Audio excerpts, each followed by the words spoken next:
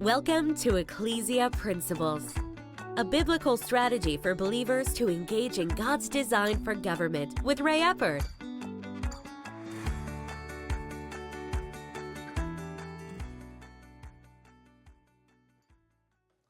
Hello, glad you could join us again today. This week, we're talking about the spiritual dynamics of government, the spiritual dynamics of government. Yesterday, we talked about how that God has a structure on this earth of the angelic beings that oversee governments, oversee functions on this earth. Satan also has it. We actually have those named in Ephesians chapter 6. At the top is spiritual wickedness in heavenly places. Then there are the rulers of the darkness of this world. Then you've got principalities and powers. That is kind of the structure. And Satan basically copied God's structure. Now, where we finished was talking about the fact that these spiritual dynamics, that God's kingdom, Satan's kingdom, one of their primary targets is human government. Satan works through human government. God seeks to work through human government. He wants to do that. It works best that way. And we're going to get into seeing why it does a little bit shortly. But first, we've got to understand the spiritual dynamics of government. Let's read Daniel chapter 10, verses 13, and then also verse 20 again, so that we can refresh and see this. This is Gabriel talking to Daniel. He says, "But the prince of the kingdom of Persia withstood me 21 days. He had been sent in response to Daniel's prayer, but the prince, the ruler of the heavenly places, the wickedness in heavenly places, withstood him 21 days. He says, and behold, Michael, one of the chief princes, came to help me, for I had been left alone there with the kings of Persia." Then verse 20, Gabriel asks Daniel, then he said, "Do you know why I have come to you? And now I must return to fight with the prince of Persia. And when I have gone forth, indeed the prince of Greece will come." I really want to focus on that last part.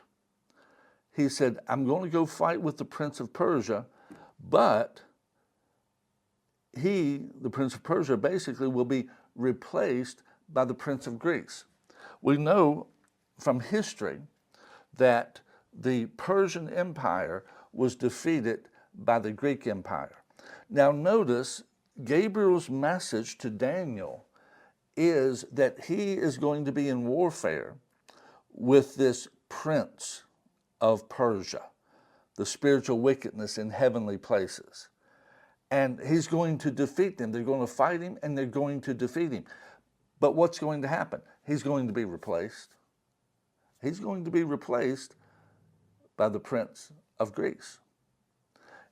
If you would notice here that a change in the spiritual realm, the heavenly places, the wickedness in heavenly places, when one is defeated, another one replaces it.